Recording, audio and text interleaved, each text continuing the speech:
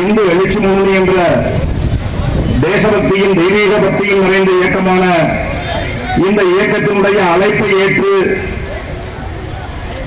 இந்த அற்புதமான தருணத்தில் இந்த விநாயகர் சதுர்த்தி ஊர்வல விழாவில் கலந்து கொண்டு சிறப்பித்துக் கொண்டிருக்கக்கூடிய சுவாமிஜி அவர்களுக்கும் சமுதாயத்தின் நன்மதிப்பை பெற்ற அனைத்து பெரியவர்களுடைய பெயர்களை சொல்லியாக வேண்டும்.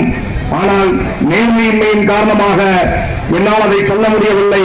அத்தனை பேருடைய பொற்பாதங்களை தொட்டும் வணங்கி என்னுடைய உரையை ஆரம்பிக்கின்றேன்.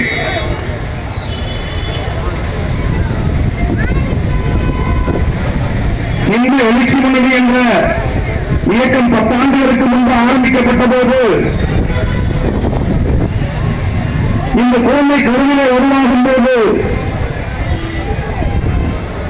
இந்த குழந்தை அதிகபட்சம் 3 மாதங்களுக்குள் அந்த குழந்தையினுடைய கரு கலைந்துவிடும், 6 மாதங்களுக்குள் அந்த குழந்தையினுடைய கரு கலைந்துவிடும், நிர்மூலமாகிவிடும் என்று நினைத்தவர்களுக்கு மத்தியில் இந்த அசாதாரண வெற்றி கிடைத்திருக்கிறது என்றால் அதற்கு காரணம் அப்பழுக்கற்ற அத்துணை பொறுப்பாளர்களும் தான் காரணம். RSS தலைவர் டாக்டர் ஜி அவர்களும் குருஜி கோல்வால்கர் அவர்களும் என்ன சொன்னார்களோ அதை நானும் நாகராஜும் ஒரு கோடு போட்டோம், அவர் ஓடு போட்டிருக்கிறார்கள் என்ற பொறுப்பாளர்கள். நான் பெருமையா சொல்லுவேன், கர்வமா சொல்லுவேன்.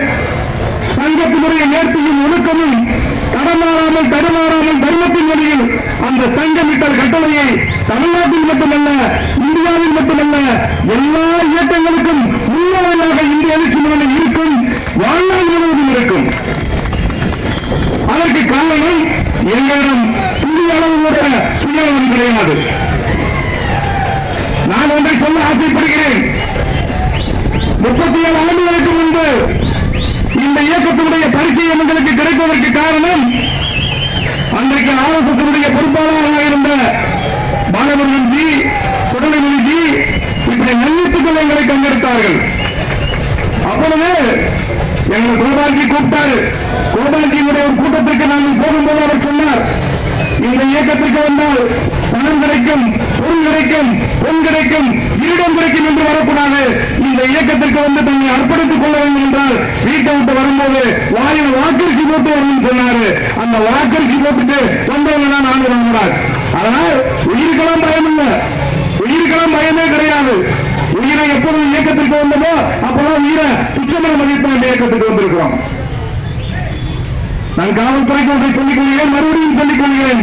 இங்கு இந்து